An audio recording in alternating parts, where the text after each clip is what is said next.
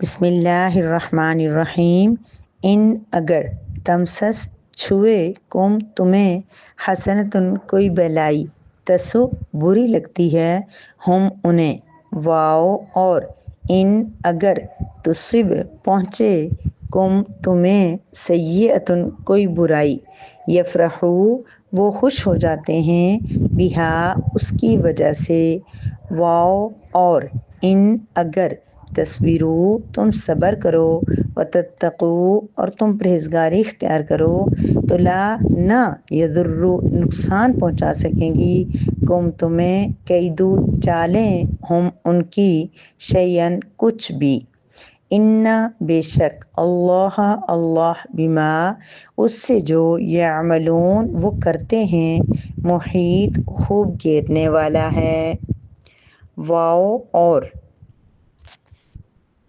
اذ جب غدوتا صبح کر رہے تھے آپ من اہلی کا اپنے گھر والوں سے، صبح کے وقت نکل رہے تھے آپ من اہلی کا اپنے گھر والوں سے، تبویو آپ متعین کر رہے تھے المؤمنین مومنوں کو مقاعدہ جگہوں پر للقتال جنگ کی، واللہ اور اللہ تعالی سمیع خوب سننے والا علیم جاننے والا ہے۔ تمسسکم حسنۃ تسؤہم اگر تمہیں کوئی بلائی پہنچتی ہے تو وہ اداس ہو جاتے ہیں یا انہیں برا لگتا ہے۔ وَإِن تُصِبْكُمْ سَيِّئَةٌ يَفْرَحُوا بِهَا اور اگر تمہیں کوئی تکلیف پہنچتی ہے تو اس کی وجہ سے خوش ہو جاتے ہیں۔ وَإِن تَصْبِرُوا وَتَتَّقُوا لَا يَضُرُّكُمْ كَيْدُهُمْ شَيْئًا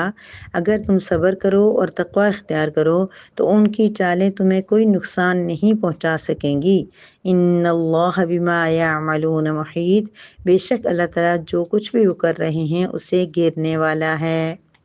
وَإِذْ غَدَوْتَ مِنْ أَهْلِكَ تُبَوِّئُ الْمُؤْمِنِينَ مَقَاعِدَ لِلْقِتَالِ اور جب آپ صبح کے وقت اپنے گھر والوں کے پاس سے نکل رہے تھے تو آپ مومنین کو ان کی قتال کی جگہوں پر متعین فرما رہے تھے۔ واللہ سمیع علیم اور اللہ خوب سننے والا جاننے والا ہے۔ نحمدہ ونصلی علی رسولہ الکریم اما بعد سورہ آل عمران کی آیت مبارکہ نمبر 120 ہے، جس میں اللہ رب العزت انہی منافقین انہی یہود و نصارہ کے بارے میں جو اللہ رب العزت گزشتہ کچھ آیات مبارکہ سے بتا رہے تھے کہ ان کے ساتھ آپ نے کیسا رویہ رکھنا ہے، یعنی کہ اخلاق کا مظاہرہ کرنا ہے سب کچھ، لیکن بہت بھروسہ نہیں کرنا کہ یہ آپ کو بہت زیادہ نقصان پہنچا سکے، اپنا راز نہیں دینا، ان کو اپنا مشیر نہیں بنا سکتے، ان کو اپنا جو ہے نا بڑے کسی عہدے پہ نہیں رکھ سکتے، لیکن اوورآل تعلقات آپ رکھ سکتے ہیں۔ تو اب وہ اللہ رب العزت نے جب ہمیں منع کیا کہ آپ یہود و نصارہ کے ساتھ بہت زیادہ دوستی نہیں کر سکتے، آپ ان کفار کے ساتھ جو ہے تعلقات اپنے راز کی حد تک نہیں بنا سکتے، تو اب اللہ رب العزت وجوہات بھی بیان فرما رہے ہیں۔ کیوں؟ اس لیے کہ اگر تمہیں کوئی اچھائی ملے، تمہیں کوئی راحت ملے، کوئی سکون ملے،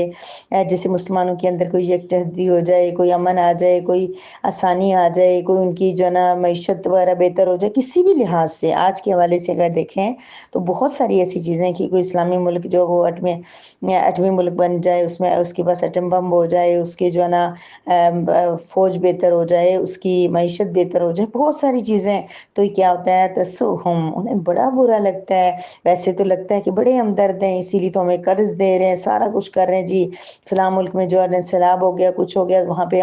مدد بھی سب سے زیادہ امریکہ سے آئے گی اور فلاں فلاں جگہ ان ملکوں سے آئے گی جہاں پہ یہود و نصارہ رہتے ہیں، کفار مشرکین رہتے ہیں۔ لیکن اندر سے کیا ہوگا جب اللہ کا قرآن ہمیں بتا رہا ہے کہ ان کی حالت یہ ہے کہ جب تمہیں کوئی اچھائی ملتی ہے، تمہیں کوئی آسانی ملتی ہے، کوئی راحت ملتی ہے، تو یہ کیا ہوتے ہیں بہت ہی پریشان ہو جاتے ہیں، بہت برا لگتا ہے ان کو بہت دکھ ہوتا ہے، جل کٹ جاتے ہیں۔ وَإِن تُصِبْكُمْ سَيِّئَةٌ اگر تمہیں کوئی اچھا برائی ملے، کبھی پریشانی آ جائے، سیلاب آ جائے، زلزلے کی وجہ سے نقصان ہو جائے، تمہاری لڑائیاں ہو جائیں، کوئی ملک تم پہ حملہ کر لے، کچھ بھی ہو جائے، معیشت تمہاری تباہ ہو جائے، تم کمزور پڑ جاؤ، تمہارا ہمارا کوئی سربراہ بڑا کوئی آرمی کا، کوئی نیوی کا، کوئی گورنمنٹ کا کوئی اچھا بندہ جو ہے وہ رخصت ہو جائے، کوئی عالم کوئی دنیا سے یا اس ملک سے فوت ہو جائے تو کیا ہوتا ہے، یفرحوا بہا، یہ چیز انہیں بڑا خوش کرتی ہے، بہت خوش ہو جاتے ہیں، مطمئن ہو جاتے ہیں، بڑا نقصان ہو گیا ان کا۔ دکھنے میں کیا لگتا ہے کہ فوراً جو ہے نا انہوں نے تعزیت کی، انہوں نے افسوس کا اظہار کیا، وہ غم میں شریک ہیں، ایسے ایسے جو ہے نا کمنٹس آ جاتے ہیں، ورنہ لیکن حقیقت اللہ پاک ہمیں بتا رہے ہیں کہ وہ صرف تمہاری پریشانی سے خوش ہوتے ہیں، تمہاری خوشیاں انہیں پسند نہیں آتی۔ لیکن سوال یہ پیدا ہوتا ہے کہ جب یہ کفار اور مشرکین ہمارے ساتھ ایسا رویہ رکھتے ہیں، دکھنے میں ہمارے ساتھ اچھا سلوک کرتے ہیں، ہمارے دوست بنتے ہیں، لیکن حقیقت میں ان کو ہمارے سے نفرت ہے، ہماری سکون، ہماری راحت اچھا ان کو اچھی نہیں لگتی، تو پھر ہم کیا کریں، کیا ایسا کریں؟ کیونکہ اگر ہم نے ان کے ساتھ مقابلہ برابر کا کیا، ان کے ساتھ جنگ لڑی، تو یہ مزید غصے میں آ جائیں گے، مزید نقصان پہنچائیں گے، دین سے بھی دور ہوں گے۔ پھر ایسا کیا کیا جائے کہ یہ لوگ مزید دین سے دور نہ ہوں، اللہ کے قرآن اور دین کی طرف بھی آ جائیں، ان کے کچھ لوگ بھی جن کے دل میں کوئی نرمی ہے تو وہ لوگ آ جائیں۔ اور دوسرا یہ ہے کہ یہ لوگ اتنا برے ہیں تو یہ ہمیں مزید نقصان پہنچائیں گے، مزید ہمارے ساتھ برا کریں گے، تو ہم ایسا کیا کریں کہ ان کی طرف سے دی گئی تکالیف پہ ہمیں آسانی ہو، یا ہم ان کی تکالیف سے بچ سکیں، اپنے لیے ہم کیا کریں ایسا؟ جی میری بہت پیاری بہنوں، یہ تو یہود و نصارہ کی بات ہوگی، کفار و مشرکین کی بات ہوگی، لیکن اگر یہی رویہ کوئی مسلمان بھی رکھے تو کیا ہوگا؟ یعنی کہ اگر آپ کو اپنے ریلیٹیوز میں یا اپنے فرینڈز میں اور اپنے احباب میں یا اپنے محلے پڑوس میں کوئی ایسا بندہ فیل ہو رہا ہو، کبھی کبھی ہم خود ہی فیل کر لیتے ہیں، خود سے ہی کچھ چیزیں ذہن میں بنا لیتے ہیں اور ایک امیج بنا دیتے ہیں اور خود بھی جلتے کڑتے رہتے ہیں، ٹینشن لیتے رہتے ہیں۔ تو کبھی ایسا بھی ہوتا ہے کہ ریئلٹی میں بھی ایسا حقیقت میں بھی ہو جاتا ہے۔ تو اگر کوئی ایسا ہو کہ اس کو آپ کی اچھائی بری لگتی ہے اور آپ کی تکلیف پہ وہ خوش ہوتا ہے، اگر ایسا آپ کی کوئی زندگی میں ہے، عام زندگی میں، ٹھیک ہے، میں اس لیے کہتی ہوں کہ قرآن کریم ہے نا اللہ پاک کا، یہ مسلمانوں کو اس بات کی بھی دعوت دے رہا ہے، اس آیت مبارکہ کے اندر سمجھا رہا ہے کہ کفار مشرکین یہود و نصارہ کے ساتھ آپ نے کیا کرنا ہے، کس صورت میں، اور یہ بھی بتا رہا ہے کہ عام سچویشن میں اگر آپ کے ساتھ ایسا ہوتا ہے تو پھر کیا ہوگا، کیونکہ عام حالات میں بھی تو ہمارے ساتھ ہو سکتا ہے ایسا کہ کوئی ایسا ہو کہ جس کو اگر ہماری کوئی خوشی کی خبر ملے تو وہ بہت پریشان ہو جاتا ہو اور ہمیں ایسا لگتا ہو، اور ویسے لگنے کی بات ہی کر رہی ہوں نا، کبھی بھی یہ جو بدگمانی ہے نا، یہ بھی بہت بڑا گناہ ہے، بدگمانی کبھی نہیں رکھنی چاہیے۔ ہم لوگ رکھتے ہیں، ہم سوچ لیتے ہیں خود سے، اور خود سے ہی پھر ہم ایک ذہن بنا لیتے ہیں کہ فلانے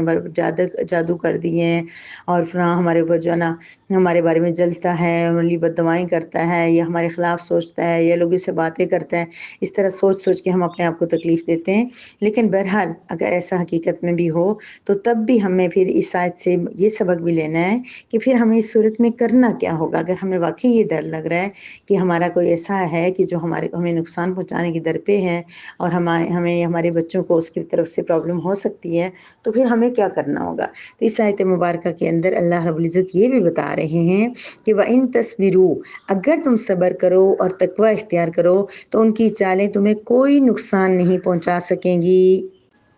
یعنی اللہ رب العزت اس آیت مبارکہ کے اندر ہمیں دو فارمولے دے رہے ہیں، ایک صبر اور دوسرا تقوی، ایک صبر اور دوسرا تقوی۔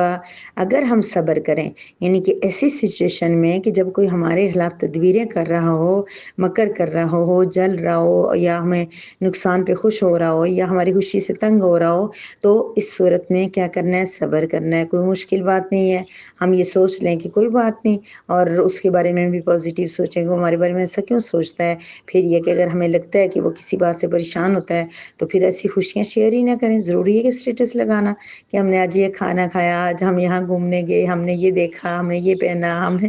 تو ایسے لوگوں سے ایک طریقہ تو یہ ہے بچنے کا نظر سے کہ ہم انہیں بتائیں نہیں، لیکن کبھی وہ اتنے اپنے بھی ہو سکتے ہیں کہ بندہ ایک دم سے شیئر کر دیتا ہے، اچھا میری بیٹی نے یہ کیا، میں نے یہ کیا، اس طرح بھی ہو جاتا ہے۔ لیکن کیئر یہی کرنی چاہیے کہ اگر واقعی آپ کو لگتا ہے کہ کوئی ایسا ہے کہ وہ 100% آپ سے تنگ ہوتا ہے، پریشان ہوتا ہے، تو یہاں بھی آپ اللہ رب العزت سے اجر کما سکتے ہیں، یہ کر کے کہ میں اسے اپنی خوشی دکھاتی ہی نہیں ہوں، اس کو میں بات بتاتی ہی نہیں ہوں تاکہ اس کو مسئلہ نہ ہو۔ اور پھر فرمایا کہ وہ تمہیں کوئی نقصان، کوئی جادو کے اللہ کے حکم کے بغیر ہوتا ہے، کوئی کسی قسم کا نقصان دوسرے کا تمہیں نہیں پہنچ سکے گا، کیونکہ ان اللہ بما یعملون محیط، جو کچھ وہ کر رہے ہیں نا اللہ انہیں گھیرنے والا ہے۔ یعنی خاص طور پہ یہود و نصارہ کفار اور مشرکین جو مسلمانوں کے خلاف تدبیریں کر رہے ہیں اور منصوبے بنا رہے ہیں اور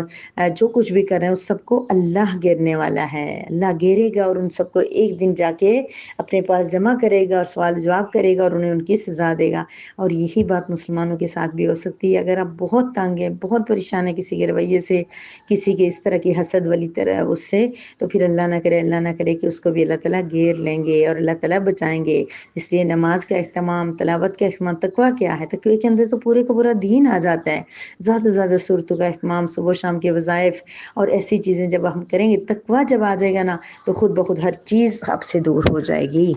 آیت مبارکہ نمبر 121 ہے، جس میں اللہ رب العزت ہمیں غزوہ احد کے احوال سنا رہے ہیں۔ میری پیاری بہنوں، جب میں کسی آیت کو پہلے ذرا ایک سیٹ اپ ہوتا ہے پورا، اس کا سیٹ بناتی ہوں اور پھر سوچتی ہوں کہ کس دن کتنی ایک آیت کرنی ہے، کب 2 آیات کرنی ہے، اور اپنی پیاری قاریہ معلمہ کو بھیجتی ہوں تو وہ پھر مجھے تلاوت تیار کر کے دیتی ہیں۔ تو اس وجہ سے اس وقت مجھے اتنا زیادہ آئیڈیا نہیں ہو پاتا کہ میں آیت کی صرف اسٹرینتھ دیکھتی ہوں کہ کتنی بڑی ہے یا کتنی چھوٹی ہے، اس حساب سے میں 1 یا 2 آیات کرتی ہوں۔ تو کبھی ایسا بھی ہو جاتا ہے کہ مفہوم کے اعتبار سے وہ دکھنے میں آیت بہت چھوٹی ہوتی ہے لیکن مفہوم کے اعتبار سے بہت بڑی ہوتی ہے۔ اس لیے اگر اللہ کے کرم سے میں نے اپنا بہت سارا وقت لگا کے اس آیت مبارکہ کی اگر میں نے تفسیر کو پڑھا ہے، سنا ہے، اور آج میں نے 2 آیات کئی تلاوت تیار کروا لی تھی، تو اس وجہ سے میں ان کو اب الگ نہیں کر سکتی۔ اور ویسے بھی بہت چھوٹی آیات اگر میں ایک کروں تو تب بھی بہنوں کا اعتراض ہوتا ہے کہ آپ جو ہے نا چھوٹی آیات 2 کر لیا کریں تاکہ جو ہے نا اللہ پاک ہمیں زیادہ پڑھنے کا موقع دے۔ تو اس وجہ سے جو ہے نا کچھ مفہوم زیادہ بھی ہو تو پھر آپ بھی وقت نکال کے اس کو سن لیجئے۔ جب اللہ پاک ہمیں سنا رہے ہیں، میسیج کس کا ہے؟ ہمارے رب کریم کا میسیج ہے۔ اور ہمارا کیا کمال تھا کہ اللہ پاک ہمیں اپنا میسیج ہمارے لیے کنوے کر کے رکھ دے، اور یہ قرآن جو ہے سیو حالت میں ہمارے پاس موجود ہے اور اللہ کا میسیج ہم تک پہنچا ہوا ہے۔ ہم نے اس کو سمجھنا ہے، ہم نے اس کو جاننا ہے، ہم نے اس کو پرکھنا ہے، دیکھنا ہے۔ تو اس دیکھنے سمجھنے کے لیے اگر ہمارے جو وائس میسیجز ہیں زیادہ ہو گئے تو امید ہے کہ میری پیاری بہنوں کو مشکل نہیں ہوگی۔ میری پیاری بہنوں، یہ آیت مبارکہ تو 121 ہے، لیکن آپ لوگ ایک ذہن اچھی طرح سے بنا لیجئے کہ آج کے بعد ہم بہت وقت تک، ہو سکتا ہے 6 مہینے لگ جائیں، ہو سکتا ہے 8 مہینے لگ جائیں، تقریباً 6 رکوع ہیں جن میں ہم غزوہ احد کے احوال پڑھیں گے، اور ان تمام احوال کی بیس یہ آیت مبارکہ ہے، کیونکہ آج سے غزوہ احد کے احوال اگر سٹارٹ ہو رہے ہیں تو جو بیسک اس کی ریکوائرمنٹس ہیں، یا جو بیسک اس کی چیزیں ہیں، جو ضروری انفارمیشن ہے، وہ میں آج ہی آپ سے شیئر کرنا چاہوں گی، کیونکہ یہی اس تفاسیر میں ہے کہ اس آیت مبارکہ سے چونکہ غزوہ احد سٹارٹ ہو رہا ہے تو اس کا جو خلاصہ ہے وہ آپ کے سامنے پیش کرنا ضروری ہے۔ اس لیے آپ اس کو اچھی طرح سمجھ لیجئے، کیونکہ بار بار یہی باتیں ریپیٹ ہوں گی، اور آج سے جو ہے نا ترجمے پہ فوکس کرنا ہوگا، تفسیر ایزی ہوگی، لیکن جنہوں نے غزوہ احد میں لڑا، جنگ کی، اپنی جانیں قربان کی، شہادتیں پیش کی، ان سب کے لیے ایک بہت زیادہ اگر آپ کو کبھی لگے کہ ہم غزوہ احد کو زیادہ پڑھ رہے ہیں، غزوہ بدر کو زیادہ پڑھ رہے ہیں، اور کتنی آیات ہیں جس میں ہمیں اور زیادہ چیزیں نہیں پڑھنے کو مل رہی، جنگ ہی پڑھنے کو مل رہی ہے، تو اتنا سوچ لیجئے گا کہ ہم نے صرف کیا کرنا ہے، ان آیات کو پڑھنا ہے، سننا ہے، سمجھنا ہے، اور اپنے لیے کوئی پوائنٹ نکالنا ہے عمل کا، اور پھر عمل کرنا ہے۔ لیکن صحابہ کرام نے ان آیات کے اندر جو ہمیں باتیں بتائی جا رہی ہیں وہ کر کے دکھائی، وہ کی تو اللہ پاک ہم سے بیان فرما رہے ہیں۔ بہت ساری چیزیں انشاءاللہ وقتاً فوقتاً آیات مبارکہ کے ساتھ سامنے آئیں گی، لیکن ایک بات یاد رکھیے کہ یہ آیات مبارکہ جیسے فوزیہ جی فرماتی ہیں، یہ فیلنگز ہیں، اس کے اندر جذبات بیان ہوں گے، اس کے اندر ایک ایک چیز جو ہے وہ کھل کے بیان ہوگی، تو پر آج کی آیت مبارکہ میں اللہ رب العزت اس وقت کی منظر کشی فرما رہے ہیں جب آقا دو جہاں حضرت محمد مصطفیٰ صلی اللہ علیہ وسلم اپنے گھر سے غزوہ احد کے لیے نکل رہے تھے، ٹھیک ہے۔ اس کو اللہ رب العزت کیسے بیان فرما رہے ہیں، وعید اور جب غدوتا آپ صبح کے وقت نکل رہے تھے، من اہلی کا اپنے گھر سے، غدوتا کا مطلب صبح کے وقت نکلنا۔ میری پیاری بہنوں کیا تعلق ہے اس کا کہ اللہ رب العزت کو وہ کام پسند ہے جسے صبح کے وقت کیا جائے۔ صبح کے وقت کیا ہوا وقت جو ہے وہ اللہ رب العزت کو پسند ہے۔ صبح کے وقت میں کام کیے ہوئے میں کام میں برکت ہوتی ہے۔ گاؤں میں جب ہم دیکھتے ہیں کہ ہماری جو عزیزات جو ہیں وہ جنہوں نے بھینسیں بھی رکھی ہوتی ہیں، گائے بھی ہوتی ہے، بکری بھی ہوتی ہے، مرغیاں بھی رکھی ہوتی ہیں، اور ان کو پانی کا بھی ابھی تک بھی اتنا انتظام نہیں ہوتا، کہیں نہ کہیں کرنا پڑتا ہے، اور ان کی گھر میں گیسٹ بھی بہت زیادہ آتے ہیں اور ان کو صفائی بھی بہت بڑے سے گھر سے کرنی ہوتی ہے، سب کچھ کرنا ہوتا ہے، پھر بھی وہ مینج کر رہے ہوتے ہیں اور وہ کوئی رونا نہیں رو رہے ہوتے، وہ آرام سے ہمیں دیکھنے میں آتا ہے کہ وہ فری بھی بیٹھے ہوتے ہیں سب کچھ۔ اس کی ایک بڑی وجہ کیا ہوتی ہے کہ وہ صبح سویرے اٹھتے ہی اپنا کام شروع کر دیتے ہیں، فجر کی نماز پڑھتے ہیں تو بھینس کے پاس چلے جاتے ہیں، اس کا کام کر لیا، پھر جو ہے وہ تھوڑی دیر کے بعد اس کے ساتھ ساتھ ہی وہ صفائی کر لیتے ہیں، اسی کے ساتھ وہ یہ سوچ لیتے ہیں کہ آج دن کو کیا بنانا ہے تو آٹا گوندھ لیتے ہیں، مطلب اس طرح سے ان کے کام مینج ہوتے ہیں۔ اور ہم لوگ جو ہے نا وہ سارا وقت سوئے ہوئے گزار دیتے ہیں، جبکہ صبح کے بدلے میں اگر ظہر کے بعد سویا جائے، کیلولا کیا جائے، 12 بجے، 12:30، 1، 1:30 بجے نماز کے سے پہلے تھوڑی دیر کے لیے گھنٹہ 1.5 گھنٹہ سویا جائے اور پھر اٹھ کے کھانا کھا کے نماز پڑھی جائے یا کھانا کھا کے سویا جائے تو یہ سنت بھی، اور اس سے جسم پہ صبح کے وقت میں ہم اگر 4 گھنٹے لیٹیں گے نا تو اس کے بدلے میں اگر اس وقت میں ہم 1 گھنٹہ لیٹیں گے تو ہمارے لیے زیادہ بہتر ہوگا۔ ہاں جی، کچھ لوگ اس کے لیے ترس رہے ہیں۔ تو فرمایا کہ صبح کے وقت نکل رہے تھے، سبق مل گیا ہمیں، من اہلی کا اپنے گھر والوں سے، فیلنگز بیان ہو رہی ہیں۔ یہ جو صحابہ کرام وہاں سے نکل رہے تھے، آقا دو جہاں نکل رہے تھے، اپنے گھر والوں کو چھوڑ کے نکل رہے تھے، ان کو آخری نظر دیکھ رہے تھے۔ دیکھیے میری پیاری بہنوں، ہمیں تو جنگ کا ایک تھوڑا سا ہلکا سا جھلک بھی نہیں ہم نے دیکھی، اللہ پاک ہماری افواج کو سلامت رکھے، ہم نے تو جھلک بھی نہیں دیکھی اور ہم گھبرا گئے تھے۔ انہوں نے جب وہ بھیج رہے تھے تو اس وقت وہ سوچ کے بھیج رہے تھے کہ ان میں سے شاید ہی واپس آئیں گے، شاید نہیں آئیں گے، اس طریقے سے۔ تو اس لیے اللہ پاک نے بیان فرمایا کہ اپنے گھر والوں کو چھوڑ کے الوداع کر کے وہ نکل رہے تھے۔ تبوی المؤمنین مقاعد للقتال، اب پورے درمیان میں سے بات سکپ ہو گئی، آخر راستے میں چلے ہوں گے، مشکلات ہوں گے، آسانیاں ہوئی ہوں گی، سب کچھ، لیکن اللہ پاک نے نا اب جنگ احد ہم تو پڑھتے ہوئے ہمیں لگے کہ ہمیں بہت بڑے حالات سنائے جا رہے ہیں، اللہ پاک ہمیں اتنے ڈیٹیل میں غزوہ احد میں خود جو ہے نا میری ایک پیاری سی بہن میرے پاس پڑھتی ہیں، تو 2 بہنیں، ابھی ایک کا تو سورہ مائدہ ہے اور دوسری بہن کی سورہ آل عمران بھی آخر سے چل رہی ہے، تو وہ ان کو سبق میں دیکھتی ہوں تو بار بار وہی والی باتیں تو مجھے بھی ایسے لگتا ہے کہ جیسے بہت زیادہ ہے، لیکن جب ہم پڑھیں گے تو ہم دیکھیں گے کہ اللہ رب العزت دیکھیں گھر سے نکلے اور پھر وہاں پر جب نبی کریم صلی اللہ علیہ وسلم صفے درست فرما رہے ہیں اور بتا رہے ہیں کہ کس نے کہاں بیٹھنا ہے، کس نے کہاں کھڑے ہونا ہے، کس نے کتنا اسلحہ لینا ہے، کس نے کیا کام کرنا ہے، ذمہ داریاں بانٹ رہے ہیں، مقاعد للقتال، جنگ کے لیے بٹھا رہے ہیں، ایک دستے بنا رہے ہیں، یہ دستہ یہاں کھڑا ہوگا، وہ دستہ وہاں ہوگا، وہ اس طرف ہوگا، اتنے بندے یہ کھڑے ہوں، فلاں بندے یہاں کھڑے ہوں، فلاں، یہ سارا کچھ اللہ رب العزت بیان فرما رہے ہیں۔ راستے کی ساری باتیں سکپ ہو گئی، مطلب کہ اللہ رب العزت جنگ احد کے وہ احوال ہمیں سنائیں گے جن کے سننے کا ہمارے لیے فائدہ ہوگا، جن کا سننا ہمارے لیے باعث رحمت، سعادت اور فائدے کے لیے ہوگا، اللہ پاک وہی ہمیں سنائیں گے۔ اب ہمیں تو فیل نہیں ہوتا، ہم نے اپنے آقا دو جہاں حضرت محمد مصطفیٰ صلی اللہ علیہ وسلم کی سیرت کو بھی اچھی طرح نہیں پڑھا، ہم تو مصروف لوگ ہیں نا، ہمارے پاس موبائل ہے، ہم نے گپ شپ کرنی ہوتی ہے، فیس بک اور انسٹاگرام اور پتہ نہیں کیا کچھ ہم نے یوز کرنا ہوتا ہے، لوگوں کی باتیں کرنی ہوتی ہیں، اور ہمیں جو ہے نا بہت سارے کام ہوتے ہیں ہمارے پاس، تو ہمارے پاس اتنا وقت ہی نہیں ہوتا کہ ہم اپنے آقا کی جو ہے نا، میں ہم کہہ رہی ہوں ٹھیک ہے، تو ہم اپنے آقا کی سیرت کو پڑھیں، لیکن کفار اس پہ جو ہے نا سرچ کرتے ہیں، پڑھتے ہیں۔ ایک بہت بڑے ریسرچر جو تھا، نام میرے ذہن میں نہیں آ رہا، وہ میں نے پڑھا ہے، وہ جو غیر مسلم تھا، تو اس نے اس چیز کو بہت اچھے انداز سے بیان کیا کہ حضور صلی اللہ علیہ وسلم جس طریقے سے جو وہ منصوبہ بندی کرتے تھے اور جس طرح سے ان کو کھڑا کرتے تھے، اور یہ سارا کچھ یہ بہت زیادہ امپورٹنٹ ہے، اور ویسا اس کے بعد کوئی نہیں کر سکتا، ان جیسا کوئی نہیں کر سکتا، اور ویسے بھی نبی کریم صلی اللہ علیہ وسلم نمونہ تو ہیں، جیسے آپ نے فرمایا تھا اس طرح سے پاسلار کرنے کی کوشش کرتے ہیں ماشاءاللہ سے۔ اور اس سے یہ بھی پتہ چلا کہ نبی کریم صلی اللہ علیہ وسلم نہ صرف ایک نبی تھے، ایک پیغمبر تھے، کہ جیسے عالم کہہ سکتے ہیں، عالم تھے جو قرآن کریم کے سب کے سیکھنے سکھانے والے تھے، نبی تھے، باپ تھے اور بیٹے تھے. وہ الگ بات ہے کہ ان کو بچپن سے ہی والدین سے محروم ہو گئے، لیکن پھر بھی کسی کے بھائی، کسی کے جو بھی تمام دنیا کے رشتوں کے ساتھ نبی کریم صلی اللہ علیہ وسلم ایک سپہ سالار بھی تھے. یعنی کہ انہوں نے یہ نہیں ہوتا تھا کہ وہ دیکھیں کہ جیسے ان کے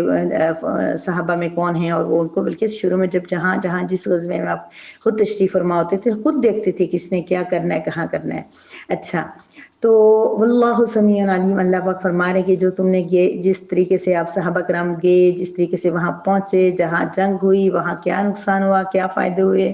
تم ان کے بارے میں کبھی پریشان نہ ہونا. اللہ سننے والا ہے، جاننے والا ہے. کبھی کبھی میری کچھ بہنیں بہت پریشان ہو جاتی ہیں کہ دیکھیں ہمارے ساتھ بہت زیادتی ہو رہی ہے، ہم اتنی کوشش کرتے ہیں، اتنی محنت کرتے ہیں، ہم بہت خدمت کرتے ہیں اپنی ساس کی، ہماری ساس خوشی نہیں ہوتی، ہمارے سسر خوشی نہیں ہوتے، ہماری نندیں خوشی نہیں ہوتی. تو ایسی میری بہنوں کے لیے میرا میسیج ہے کہ میرا نہیں، رب کریم کا، کہ آپ جو کچھ کر رہے ہیں نا وہ اللہ سن رہا ہے. آپ جو اچھے اچھے الفاظ اپنے ساس سسر کے لیے، کبھی کبھی ہم ایسا ہوتے ہیں نا، ہم اتنی محنت کر کے ساری زندگی ہو سکتا ہے کہ محنت کرتے رہے اور آخر میں نا 2-4 جملے بول کے نا ایسے مطلب ایسے الفاظ بول دیتے ہیں اپنے. مثال کے طور پر ساس سسر تو بڑی پیاری چیز ہوتے ہیں، ضروری نہیں ہے ان کے ساتھ کسی بھی رشتے میں ہو سکتا ہے، لیکن اوورآل ہم زیادہ اس طرح کا رویہ دیکھنے میں آتا ہے. تو وہ ساس سسر کے 2-3 جملے بول دیے ایسے، خدا نہ خواستہ بہت غلط لینگویج استعمال کر دی اپنی ماں باپ کے پاس بیٹھ کے، تو وہ ساری محنت ضائع ہوگی. اس لیے اللہ رب العزت فرما رہے کہ اللہ سننے والا ہے. اللہ یہ تو نہیں کہہ رہے کہ جنگ احد والوں کی سننے والا ہے، بدر والوں کی سننے والا ہے. اللہ پاک سب کی سنتا ہے. جس کے ساتھ کوئی زیادتی کر رہا ہے نا، اس کو لگتا ہے میں کس کو بتاؤں میں اپنا دکھ کس کے ساتھ شیئر کروں، وہ تو بعد میں ہنسے گا، کس کے ساتھ شیئر کروں، وہ میرا اپنا وہ دکھی ہو جائے گا، کس کے ساتھ شیئر کروں. رب کریم کے ساتھ کریں، اللہ تو سنتا ہے. اور سننا کیا، وہ آپ نہیں بھی بولیں، آپ روئیں اس کے سامنے، علیم، وہ تو جانتا ہے آپ کے ہر درد کو، ہر دکھ کو، ہر پریشانی کو. تو بڑا حوصلہ ہے اس آیت مبارکہ کے اندر. تو آپ سوچ رہی ہوں گی میں نے کیا ڈیٹیل بتانی تھی، وہی میری پرانی باتیں. تو بات یہ ہے کہ جب اس آیت مبارکہ کے ضمن میں تمام جو تفاسیر میرے پاس ہیں ان میں بہت ڈیٹیل ہے. مختصراً یہ کہ جب نبی کریم صلی اللہ علیہ وسلم نے سن 2 ہجری میں جنگ بدر ہوئی، اور آپ نے اچھی طرح جانتے ہیں آپ کہ جنگ بدر میں مسلمانوں کو بہت ہی اچھی طریقے سے کامیابی نصیب ہوئی، اور کفار کو بہت سخت قسم کی شکست ہوئی. یہاں تک کہ ان کے 70 جو آدمی مارے گئے اور 70 ہی قیدی بنا دیے گئے. اور وہ قیدی بن کے جب نبی کریم صلی اللہ علیہ وسلم اور آپ کے ساتھیوں کے حصے میں آئے تو ان کے ساتھ کیا ہوا یہ ایک الگ ٹاپک ہے اور بہت ڈیٹیل میں ہے. لیکن جب اتنی بری طریقے سے شکست ہوئی تو کفار اور مشرکین کی جو ہے نا، جس سے غیرت بہت زیادہ وہ ہو گئی کہ انا بہت ان کی مجروح ہوئی کہ اتنا نقصان، اتنا وہ مسلمانوں نے، چند یہ مسلمان جو ہمارے پاس سے ڈرتے چھپتے یہ مدینہ میں آئے تھے، اور آج انہوں نے ہم 1000 ہو کے ان 313 پہ حملہ کیا، اور انہوں نے جو ہے نا ہمارے اوپر ہمیں اس طرح سے بگا دیا اور ہمیں اس طرح سے شکست دے دی اور ہمیں اتنا نقصان دے دیا. 70 ہمارے بڑے جو ہے نا وہ سردار مارے گئے، 70 قیدی ہو گئے، اور ان کو دم آگے یہاں سے بھاگنا پڑا. گھر گئے تو واپس جو ہے نا تو عورتوں نے غیرت دلائی، بچوں نے اور بڑوں نے، اور لڑائیاں جھگڑے، اور اتنا زیادہ انہوں نے ایک دوسرے کو فورس کیا، اتنا زیادہ انہوں نے کہا کہ ابھی جو قافلہ ہمارا آ رہا ہے اس کی ساری کی ساری جو ہے نا جو پروفٹ ہوگا وہ اس پہ خرچ ہوگا. پھر ہر بندہ جائے گا، ہر قبیلے کا بندہ جائے گا، اور اس طرح جو ہے نا ہر ایک مدد کرے گا. تو وہ پھر لمبی چوڑی بات ہے کہ بہت زیادہ انہوں نے جوش اور خروش سے وہ آئے. ایون کہ اس بار عورتیں بھی 15 ساتھ لے کے آگے کہ جوش دلائیں گی، غیرت دلائیں گی، اور وہ ان الفاظ میں ان کو غیرت دلاتی تھی کہ اگر تم نے آج فتح نہ حاصل کی تو پھر تمہیں جو ہے نا ہماری نرم بستر ملیں گے، اور یہ ہوگا تو وہ ہوگا. بہت زیادہ یعنی کہ وہ ان کو ابارتی تھی. اور پھر یہ کہ انہوں نے یہ تھا کہ اگر عورتیں اور بچے ہوئی تو ان کو بچے بھی لے کے آئے تھے کہ ان کی حفاظت کی ذمہ داری ہماری ذمہ ہوگی، تو ہم جو ہے نا بڑے جوش کے ساتھ لڑیں گے. اور پھر یہ کہ بہت زیادہ یعنی وہ 3000 ہو گئے تھے، مسلمان 1000 اور کفار کا لشکر 3000، اور پھر ان کے گھوڑے اتنے زیادہ اور ان کی بزریں اتنی زیادہ اور اتنا سارا کچھ. تو اب بڑا جو ہے نا ایک کیفیت ایسی تھی. لیکن ہوا یہ کہ جب نبی کریم صلی اللہ علیہ وسلم کو بہت کم وقت تھا آپ کے پاس، جب آپ کو یہ اطلاع ملی کہ وہ جو احد کے مقام کے بالکل قریب پہنچ چکے ہیں، تو تب نبی کریم صلی اللہ علیہ وسلم نے فوری تیاری کا حکم دیا، اور جب مشورہ ہوا تو عبداللہ بن ابی سے اس سے پہلے مشورہ نہیں ہوتا تھا، اس کو اکثر جو ہے نا، کیونکہ آقا دو جہاں اور حضرت صحابہ کرام کو تقریباً اندازہ تھا کہ یہ منافق ہیں، لیکن اس بار کیا ہوا، حضور صلی اللہ علیہ وسلم نے ان کو بھی مشورے میں شامل فرما لیا، تو وہ آیا اور اس نے جو نا نبی کریم صلی اللہ علیہ وسلم نے اپنی رائے دی کہ جنگ جو ہے وہ مدینے میں رہ کے لڑی جائے یا باہر نکلا جائے، تو جو ہے نبی کریم صلی اللہ علیہ وسلم کی رائے یہ تھی کہ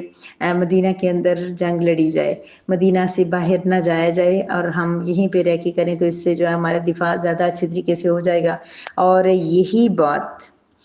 بات ہے عبداللہ بن ابی نے بھی کہی کہ ہمارا آج تک جب بھی مدینے سے باہر ہم نے جنگ لڑی تو ہمیں شکست ہوئی ہے، مدینہ کے اندر جب بھی ہم لڑے تو ہمیں فتح ہوئی ہے، لہٰذا مدینہ کے اندر ہی رہ کے لڑیں گے۔ اب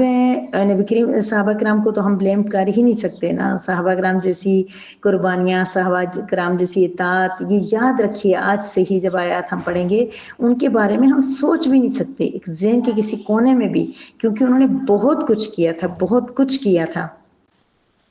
تو بہرحال اس ٹائم میں صحابہ کرام کو یہ چاہیے تھا کہ فوراً جو ہے نا خاموش ہو جاتے جب آپ کی رائے سامنے آ گئی، لیکن ظاہر ہے ایک جذبے والے اور بہت بہادر قوم آپ صلی اللہ علیہ وسلم کے سامنے کھڑی تھی، اور ان میں کچھ ایسے انصار نوجوان تھے جو جنگ بدر میں شریک نہیں ہو سکے تھے، تو ان کا جذبہ بہت زیادہ تھا، انہوں نے کہا کہ ہم اندر رہ کے کیوں لڑیں، ہم باہر جائیں گے تاکہ ان کو اوپر داغ بیٹھے اور بہادری کا وہ، اور آج ہم شہادت لے کے آئیں، اور پورا ان کے جذبے کو سلام۔ ہم ان کے لیے بات کیا کریں گے، ہم تو ان کی تعریف کو اچھے انداز سے بیان نہیں کر سکتے جتنا بھی ہم کچھ کر لیں، تو وہ اس جذبے کے ساتھ بولے کہ نہیں ہم یہاں اندر رہ کے نہیں کریں گے، ہم باہر جا کے کریں گے۔ آقا دو جہاں اپنے خیمے میں تشریف لے گئے اور وہاں سے جو نا زیرہ پہن کے باہر آ گئے۔ اب جب وہ گئے آقا دو جہاں وہاں سے، تو کچھ صحابہ نے ان کو بتایا کہ یہ کیا کر رہے ہو تم لوگ، آقا دو جہاں فرما رہے کہ مدینے میں رہ کے کریں اور تمہیں اپنی جو ہے نا بہادری دکھانی ہے، یہ وہ، تو وہ فوراً شرمندہ ہو گئے۔ حضور صلی اللہ علیہ وسلم باہر تشریف لائے تو وہ کہنے لگے آقا دو جہاں آپ کی مرضی، آپ اندر کرنا چاہ رہے تو اندر ہی ٹھیک ہے۔ آقا دو جہاں نے فرمایا نہیں، یہ نبی کی شان کے خلاف ہے کہ ایک نبی زرہ پہن لے، جنگ کا ارادہ کر لے اور وہ پھر اس کو اتارے، میں اللہ کا نبی ہوں، میری شان کے خلاف ہے، اب جنگ باہر جا کے ہی ہوگی۔ اللہ اللہ اللہ جی، کیا جذبہ تھا ہمارے آقا حضرت محمد مصطفیٰ صلی اللہ علیہ وسلم کا، کیا جذبہ تھا صحابہ کرام کا۔ تو پھر یہ ہوا کہ وہ وہاں سے نکل پڑے، پھر راستے میں جب جنگ احد کے مقام کے قریب پہنچنے لگے تو عبداللہ بن ابی نے کیا کیا، وہ تو پہلے سے اس کا پلان تھا کہ کچھ نہ کچھ میں ایسا کروں گا کہ مسلمانوں کو شکست ہو، نقصان ہو، لیکن ابھی اس کو بہانہ بھی اچھا مل گیا، کہتا ہماری رائے پہ عمل نہیں ہوا، تم لوگ اپنے آپ کو مارنے جا رہے ہو، میں یہاں نہیں ٹھہروں گا۔ 300 بندوں کو لے کے واپس چلا گیا، 300 منافق تھے۔ اب جو ہے نا مسلمانوں کی ہمت تھوڑی سی ٹوٹنے لگی، لیکن یہ آپ اگلی آیت مبارکہ کے اندر پڑھیں گے۔ پھر جو وہاں پر تشریف لے کے پہنچے تو حضور صلی اللہ علیہ وسلم نے جو مقاعد للقتال، جنگ کے مقام پہ جب سب کو کھڑا کرنے لگے تو پھر آپ صلی اللہ علیہ وسلم نے ایک دستہ جو ہے وہ ایک پہاڑی کی جگہ پہ، جو سب سے اونچی جگہ تھی بدر کے مقام سے، وہاں پہ ان کو مقرر کیا، 50 آدمی کا دستہ تھا، اور ان کے امیر عبداللہ بن جبیر تھے، جن کو حضور صلی اللہ علیہ وسلم نے تاکید کی کہ اگر کچھ بھی ہو جائے، یہاں تک کہ اگر آپ کو نظر آئے کہ ہم لوگ جو نیچے ہیں ان کو شہید کر دیا گیا اور کبے ان کے جو ہے نا سر سے نوچ رہے ہیں، تب بھی آپ نے نیچے نہیں آنا۔ لیکن پھر یہاں پر صحابہ کرام سے ایک اجتہادی غلطی ہوئی۔ اجتہادی کا مطلب یہ ہوتا ہے کہ ان کو جو خیال آیا، آئیڈیا ہوا، اور ان کو لگا کہ یہ مناسب ہے اس طرح سے، مثلاً یہ کہ وہ کہنے لگے، جب انہوں نے دیکھا ابتدا میں بالکل مسلمانوں کو ہمیشہ کی طرح جو فتح نصیب ہوئی اور تمام کفار جو بھاگنے لگے اور مسلمان فتح یاب ہوئے اور مال غنیمت جو وہ چیزیں پھینک کے اپنی کفار چلے گئے، یعنی کہ بالکل تمام کفار وہاں سے بھاگ گئے، اور جب جنگ جیسے کہ یوں صورتحال نظر آنے لگی کہ جنگ اور ظاہر ختم ہو گئی تھی، جنگ بالکل ختم ہو گئی، سب چلے گئے وہاں سے، اب صرف مسلمان باقی رہے، اور مسلمانوں نے ظاہر اب جس طرح جنگ ختم ہوتی ہے تو مال غنیمت وغیرہ سمیٹنے لگتے ہیں اور چیزیں اٹھاتے ہیں۔ تو پھر جب انہوں نے اوپر سے ظاہر بہت دور آپ نے میں سے جس کے نصیب میں ہوا اس نے دیکھا ہوگا، اور اللہ پاک باقیوں کے نصیب میں بھی کرے، تو یہ تو بہت بڑی اونچی پہاڑی تھی، اور وہاں سے بہت اس طرح سے کلیئر نظر تو نہیں آ رہا تھا جس طرح آج کل کیمرے اور سارا کچھ۔ تو ان کو جب یہ نظر آیا کہ کفار بھاگ گئے، انہوں نے اچھی طرح دیکھا کہ تمام کفار بھاگ گئے ہیں اور مسلمان مال غنیمت لے رہے ہیں، تو ان کا ظاہر ہے انہوں نے یہ سوچا کہ یہ تو حکم جو تھا وہ ٹھیک تھا حکم، لیکن وہ جنگ کے لیے تھا کہ کفار ہمیں مار رہے ہوں، نوچ رہے ہوں، کچھ بھی کر رہے ہوں، آپ نے نہیں آنا، جنگ جب تک ہو اپنے اس درے پہ قائم رہنا ہے، لیکن یہاں تو صورتحال یہ ہے کہ فتح ہو گئی ہے، کافر چلے گئے ہیں، اب تو ہمیں نیچے جانا چاہیے۔ لیکن عبداللہ بن زبیر نے انہیں سختی سے منع کیا کہ آپ نے نہیں جانا، ابھی یہیں پہ ٹھہریں۔ لیکن ان میں سے اکثر صحابہ نیچے آ گئے، چند صحابہ 12 تقریباً وہاں پہ بچے۔ لیکن پھر یہ ہوا کہ حضرت خالد بن ولید جنہوں نے اسلام کو بہت فتوحات نصیب کروائی، ان کی وجہ سے اللہ رب العزت نے اسلام کو بڑی سربلندی عطا فرمائی، اللہ رب العزت ان کی درجات کو بلند کرے۔ تو وہ جب کفار میں تھے اس وقت اللہ تعالیٰ نے بھی ان کے ایمان کی دولت نہیں عطا فرمائی تھی، تو وہ ان کفار کے ساتھ جب واپس بھاگ رہے تھے تو ان کی نظر پڑی، وہ پیچھے ذرا دیکھ بھی رہے تھے، تو ان کی جب نظر پڑی تو انہوں نے دیکھا وہ جگہ تو خالی ہو گئی ہے جہاں سے وہ نہیں اندر جا سکے تھے، یعنی کہ بڑی جو چوٹی تھی وہاں سے انہوں نے اترنا تھا، اور تو وہ انہوں نے وہاں سے اچانک کیا پلٹ کے نہ واپس حملہ کر دیا، اور جب انہوں نے وہاں پہ حملہ کیا ان سب کو، چند صحابہ تھے ان کو شہید کر دیا، اور نیچے جس جگہ جنگ ہو رہی تھی ادھر آگے جب ان کے کافر جو ادھر سے دوسری سائڈ سے بھاگ رہے تھے مسلمانوں سے آگے یعنی کافی دور چلے گئے تھے، بھاگ رہے تھے، ان کی جب نظر پڑی کہ ان کے ساتھی اوپر سے اتر کے واپس حملہ کر رہے ہیں، ظاہر وہ مار رہے ہوں گے نا، پتہ چل جاتا ہے کہ ہمارے ساتھی ہیں، تو وہ واپس جب انہوں نے دیکھا کہ ہمارے ساتھی واپس آ گئے تو وہ بھی اچانک پیچھے مڑے، اور جو ہے نا مسلمان بالکل درمیان میں آ گئے، اور گمسان کی جنگ ہوئی، اور پھر انشاءاللہ درمیان میں ساتھ ساتھ پڑھیں گے عقید جہاں کے دندان مبارک بھی شہید ہو گئے، اور حضرت مصعب بن عمیر جب گر کے بے ہوش ہو گئے، شاید شہید ہو گئے، تو صحابہ کرام میں یہ بات مشہور ہو گئی کہ عقید جہاں شہید ہو گئے ہیں، تو صحابہ کرام کا ظاہر ہے کہ ان کے ساتھ جذباتی لگاؤ محبت، پھر یہ کہ ابھی شروع کا دور تھا تو وہ پھر اس سے اور زیادہ منتشر ہو گئے، اور یہ سارے احوال جو ہم آیات کے ضمن میں بھی پڑھیں گے کہ آیت ہمیں بتائے گی کہاں کیا ہوا، اور اللہ رب العزت پڑھ کے سمجھ کے عمل کی توفیق عطا فرمائے۔ اور جیسا کہ آپ سب سن رہے ہیں دنیا کے حالات کیا چل رہے ہیں، تو ہو سکتا ہے کہ کسی جنگ کی بھی کوئی سے آدمی جنگ چھڑ جائے، کچھ بھی کسی بھی وقت ہو سکتی ہے، وہ تو ضروری تو نہیں ہے کہ غزہ اور فلسطین پہ ہی ہو، کبھی ہمارے اوپر بھی ہو سکتا ہے، ہمارے بھی کبھی ہل سکتے ہیں، کچھ بھی ہو، تو یہ جنگ خود کے احوال پڑھنے سے کم از کم ہمیں اپنی فیلنگز کو چینج کرنا ہے، ہم نے وہ بزدل اور ڈرنے اور ہر وقت یہ سوچنے والی کہ جنگ نہ ہو جائے، اس سے نکل کے ہمیں یہ سوچنا ہے یہ جنگ ہوگی تو ہم نے کیا کرنا ہے، ہم نے اپنے بچوں کو کیسے تیار کرنا ہے، اگر ہم شہید ہو گئے تو یہ ساری مشقتیں دنیا کی ساری جو کاموں سے آزاد ہو کے ہم سیدھے جنت میں چلے جائیں گے، تو ہمیں بہت زیادہ کچھ نہیں کرنا پڑے گا، یہ تو بڑا آسان جو ہے وہ کام ہے، جانے دینے اتنا آسان نہیں ہوتا، اپنی جان چلی جائے تو شاید اتنا مشکل نہ ہو، دوسروں کی جانیں